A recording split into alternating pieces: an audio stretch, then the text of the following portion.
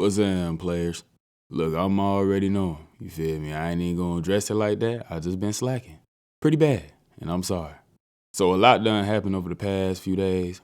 315 transpired was slight. And Ballman dropped some gargantuan news.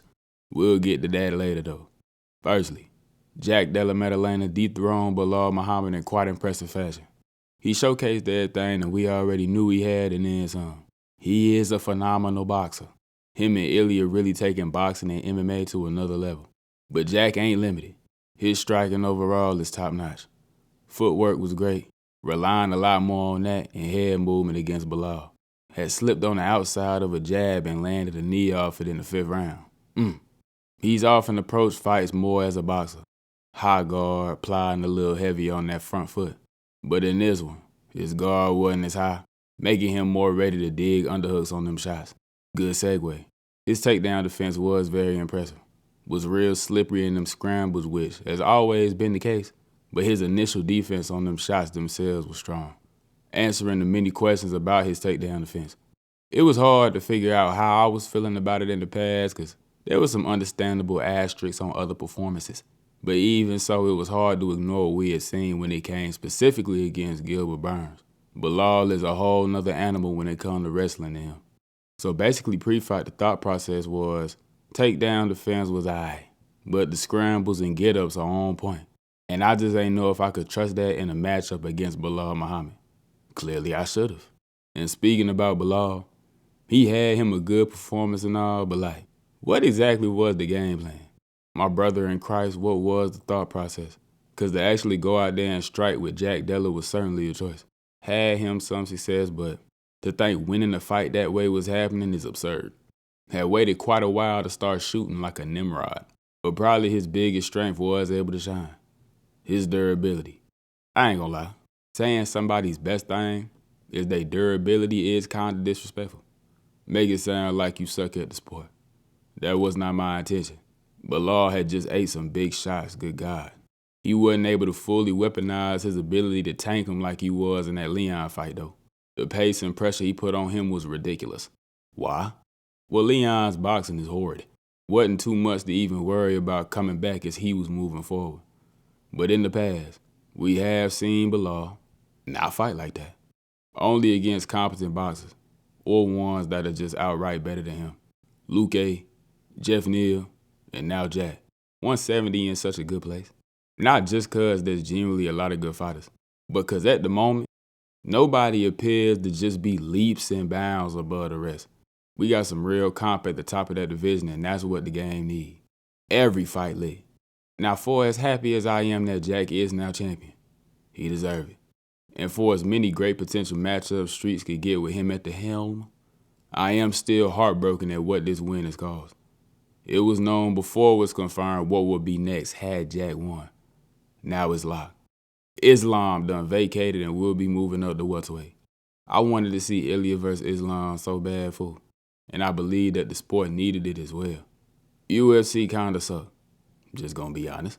And a fight at that skill level, the name power it would have possessed would have done the game a lot of good. But now that fight will never ever happen, and I am sad. But, whole time, Jack versus Islam a better fight, and present something completely new for Islam. Instead of fighting a smaller man, technically, now he the smaller guy. I'm only even saying that because he moving up division when, in reality, him and Jack about the same size. He like an inch shorter and a couple inches out reach though. With them kinda new developments from the Bilal fight, personally, I ain't scared to say it. I think Jack beat him. I don't even really have a doubt in my mind. He's cooked. Now, if there's a person to pull something like this off, it's Islam. The problem is, every area of the fight against Jack Della presents real problems. On the feet. Islam himself is a great striker, but he's mostly a counter guy, not as much of the aggressor leading the dance.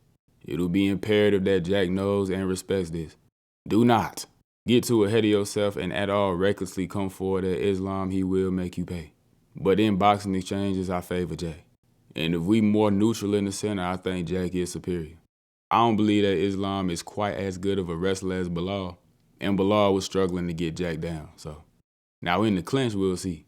Islam's sambo background is real. Islam, though, is a better grappler than Bilal. So if the fight do hit the ground, we can get some things going. The sole biggest thing I believe Islam has in this matchup is his kick game. Ben spoke on this in the past. How do you want to fight and beat a boxer? Do not box. Kickbox. For as good as Jack is, defensively especially, even more improved with the changes he made to his style against Bilal, which were very beneficial. And I believe they'd be beneficial against Islam as well. He is still a boxer, meaning he does certain things that can and will open you up to kicks. Something he did repeatedly in that title fight. He would lean real far in, duck in after throwing his jab. And Bilal actually landed him a high kick catching Jack doing that, but he ate it. That is a place I think Islam need to focus on. We'll see though, because Islam don't even like throwing kicks against southpaws, and we know Jack's a heavy switch stance guy. I don't know. All I know is I believe Jack beat him, but nonetheless, that's a tremendous fight. No Islam meant something else had to be done with Ilia. The leaked news was completely true, and they tried to gaslight us as if it was cap. International Fight Week done been saved as Ilia get Charles for the vacant belt at 317. The organization has done arming crazy, but hey, this fight is nuts.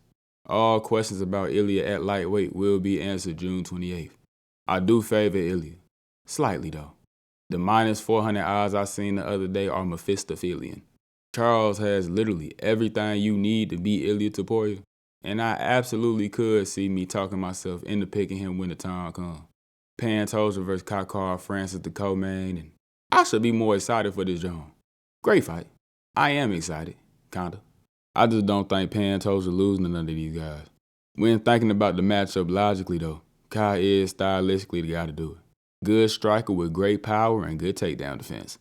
Also on that card, we finally get Brandon Royval versus Manel Cap. But Neil Drius versus Moicano rebooked as well. And the last big piece of fresh news of last week was the confirmed date of Drius versus Hamzai. Now I do believe that Hamzai is the best middleweight on earth. But as I've already said on the internet, I will be picking Drius when the time comes, and I do not care. I am a Drius Duplessis plot armor believer. I don't think he can lose. The jokes aside though, if anybody can beat Hamzai from a size skill perspective, I think it's Drius, but we'll see. Some other things that dropped during my hiatus. Had some Mystic Dave going with the Dustin Max matchup. I tried to tell folks they was gonna do it. Do I really care about that fight? Nah. Will be a good one, I just don't care.